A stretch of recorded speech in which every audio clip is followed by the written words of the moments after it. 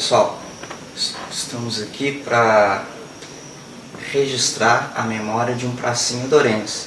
Nessa pequena entrevista eu vou entrevistar a professora Juraci Malta, professora de História, já aposentada, e a mesma vai comentar sobre a memória de seu pai.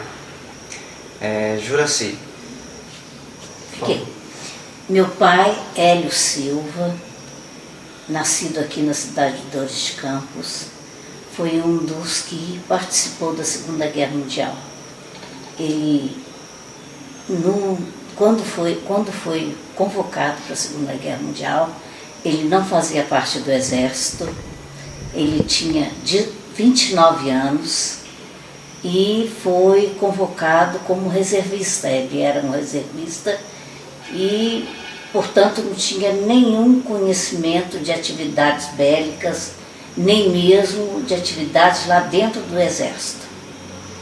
Participou, ele foi convocado nas últimas remessas de soldados que eles mandaram. E, na visão dele, essa convocação era alguma coisa que ele não acreditava. Guerra para ele era alguma coisa que não valia a pena. Ele não, na memória dele, pouca coisa ele comentava sobre a guerra, ele não tinha, ele era uma pessoa muito pacata, muito calada. As poucas vezes que ele contava alguma coisa da guerra para nós, ele não contava com entusiasmo, nem com aquele rompante de quem foi lá, saiu vitorioso. Ele contava com alguma coisa que ele viu e sentia assim, decepcionado, triste de ver aquele movimento. As poucas coisas que ele contou. Ele contou uma vez que o único lugar que eles estiveram foi na Itália, né? Eles estiveram ali na região de Bolonha, eles estiveram naquela região ali e enfrentaram, que eles foram no final do ano, enfrentaram um inverno muito rigoroso. Então ele contava que via os alemães jogar aquelas pessoas nuas na neve. Ali é que deixava ele indignado.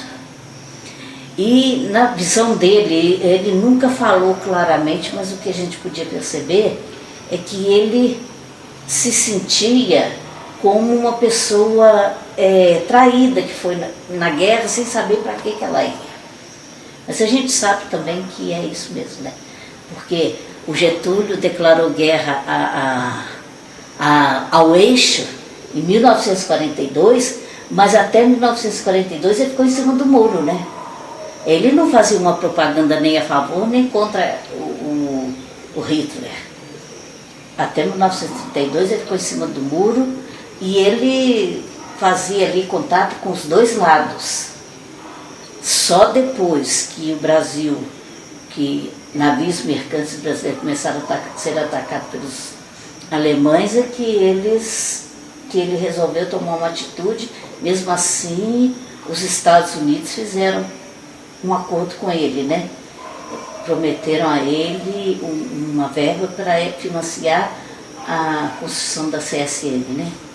Então, no brasileiro, aquele brasileiro que foi na guerra, principalmente eu via no meu pai, uma ida sem objetivo nenhum. Eu acho que a maioria daqueles brasileiros que foram para lá nem sabia para que iam. Nem sabia para onde que iam, nem para que iam. Então eu sentia nele esse sentimento. O sentimento de que eles foram para lá sem saber para que iam e sem objetivo nenhum. E outra coisa, ele não era um soldado da linha de frente. Ele era um soldado que lutava corpo a corpo com o outro. Ele fazia parte da turma das comunicações. Quer dizer, ele não presenciou, aliás, deve ter presenciado, né? Mas ele não lutou frente a frente com ninguém. Ele fazia parte das comunicações, então ele pôde observar o que acontecia, né? Pôde observar com mais eu assim, com mais frieza, com mais, assim, eu acho com mais sentimento, aquilo que passava com os outros. Então eu acho que uma maneira de ver diferente de quem estava ali com uma arma na mão. Ele não via sentido na guerra, Não né? via sentido na guerra, primeiro que ele não pegou nem arma. Ele vê que as pessoas ali lutando, pegando em arma, e sem saber para quê, por quê. Professora Ceci, conte para nós alguns traumas, se essa ele teve. Pois é, eu acho que o silêncio dele já era um trauma. Entendi. O silêncio dele já era um trauma.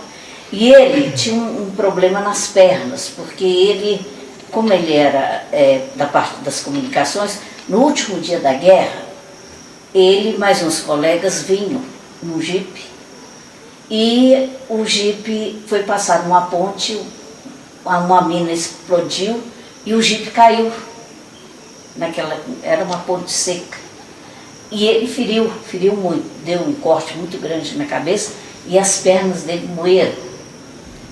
Então ele foi socorrido, mas passou 6 meses na cidade de Bolonha para recompor as pernas.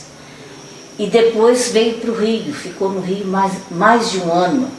Ele voltou aqui para o Brasil, aqui para Dores de Campos, só em 1947. Quer dizer, eu acho que aí foi outro trauma maior, né? Sim. Voltar para casa, os outros voltaram mais cedo, ele voltou quase 2 anos depois. Professora Ceci, enquanto professora de História, como é que você vê a preservação da memória dos soldados brasileiros que lutaram na Segunda Guerra Mundial por parte da sociedade brasileira? Eu acho que enquanto eles estavam vivos, eles ainda faziam eles tinham um papel importante na sociedade. Mas hoje quase não existe mais nenhum pracinha, né? São poucos. A gente vê nos desfiles de 7 de setembro, são poucos os pracinhas. E eu acho que a memória deles é muito pouco preservada. Aqui em Dores, o que nós temos aí, algumas ruas com o nome deles. Mas, depois de muitos anos, e depois que um prefeito, que era filho de um ex-combatente, é que resolveu homenageá-los, né? Quer dizer, ninguém nunca prestou atenção naquelas pessoas que estavam ali, que tinham ali seus traumas depois de terem enfrentado uma guerra. Aí, aliás, eu acho também que isso aí depende também da falta de cultura de uma grande parte da população. Fala-se em guerra, em Segunda Guerra Mundial, mas tem muita gente que não sabe o que foi, né? Tem muita gente que não conhece. Aqui na nossa cidade, por exemplo, vou falar por experiência própria, na nossa cidade, são poucas as pessoas que, se a gente falar em guerra, não vai ter noção do que é, né? Vamos falar. É verdade. Agora, com os alunos, quando a gente vai dar uma aula, que a gente começa a trabalhar com os alunos, quando a gente começa a falar na Segunda Guerra Mundial, aí é que a gente cita que o Brasil participou da guerra. E para eles, para muitos deles, não faz muita diferença não, né? Sim. Mas para outros eles já começam a valorizar. Mas o pracinha mesmo não tem muito valor não. Professora Ceci, muito obrigado por esse pequeno bate-papo sobre a memória do seu pai, que vai ficar registrado nesse documentário, que vale a pena a gente registrar a memória daquelas pessoas que lutaram por algo. Vale sim, principalmente porque eles deixaram assim, apesar deles terem lá lutado, deixa pra gente uma ideia de que tudo que a pessoa tem que fazer, ela tem que fazer tendo conhecimento daquilo que ela vai fazer, principalmente numa guerra. E outra coisa, guerra não resolve o problema de ninguém, né? Nós temos aí um mundo cheio de guerra, cheio de problemas, que podia ser resolvido em paz, né? Numa diplomacia, problemas poderiam ser resolvidos na paz, na conversa, né? E não estão sendo resolvidos. Muito obrigado, Ceci.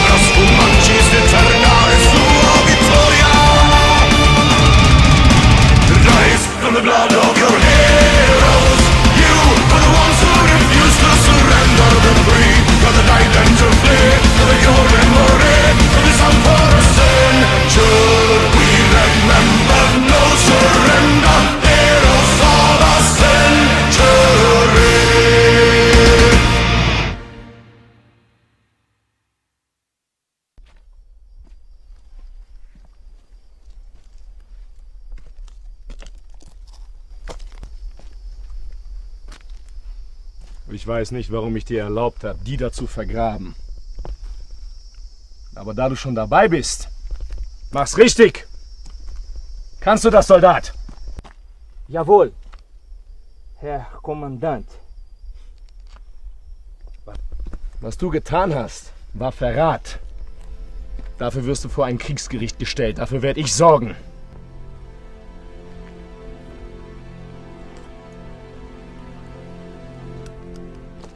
Was ist in dich gefahren? Hm? Dein Platz ist bei dem da, weißt du? Abführen. Não, senhor.